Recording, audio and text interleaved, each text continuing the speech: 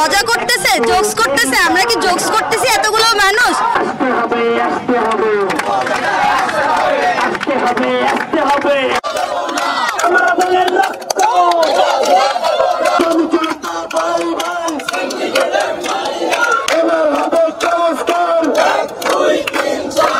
আসলে আজকে 17তম দিনে মহাপরিচালক আসতেছে, যেখানে আমরা 17 দিন চিল্লাচ্ছি কি নিয়ে, যাতে উপদেষ্টা বরিশাল আসে আমাদের সাথে কথা বলে, ঠিক আছে? সেইখানে এতদিন রোদের মধ্যে বসে থেকে আমার ভাই অনশন করতেছে 45 ঘন্টা ধরে, সে মহাপরিচালককে এনে কি আমাদেরকে মজা দেখাচ্ছে? আমরা মহাপরিচালককে চাই না, উপদেষ্টাকে বরিশাল আসতে হবে, তাছাড়া রাজপথ আমরা ছাড়ছি না। আন্দোলন আজকে এই 16 দিন 17 দিন চলে এসেছে, তারা আমাদের কোনো দাবিও মানে নাই, কিন্তু আমাদের যে দালাল তাদের সিন্ডিকেটও ভাঙে নাই, কিছু করে নাই। আমরা কারোর সাথে আর কথা বলতে চাই না, আমরা সরাসরি স্বাস্থ্য উপদেষ্টার সাথে কথা বলতে চাই।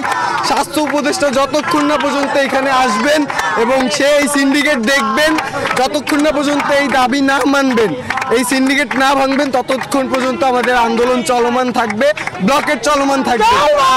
আর নতুন শেরেবাংলা মেডিকেলে যারা অনশনে আছে তাদের অনশনও ভাঙবেন না, প্রয়োজনে আমরা গণ অনশনের ব্যবস্থা করব, গণ অনশনে বসবো এখানে।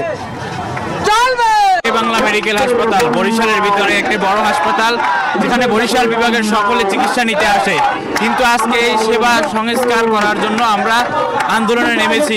শেরেবাংলা মেডিকেলের সিন্ডিকেট অনিয়ম দুর্নীতির বিরুদ্ধে আমরা আন্দোলন করতেছি। যতক্ষণ না পর্যন্ত স্বাস্থ্য উপদেষ্টা বরিশালে না আসবেন, ততক্ষণ পর্যন্ত আমরা রাজপথ ছাড়বো না ইনশাআল্লাহ।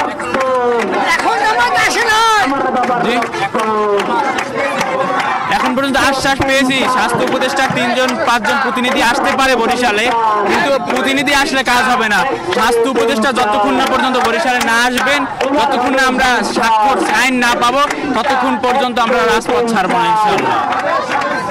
ব্লকেট চলতেছে, ইনশাআল্লাহ যদি আমাদের দাবি আদায় না করে তাহলে আমাদের ব্লকেট চলবে, যতক্ষণ পর্যন্ত আমাদের সম্পূর্ণ দাবি আদায় না করবে।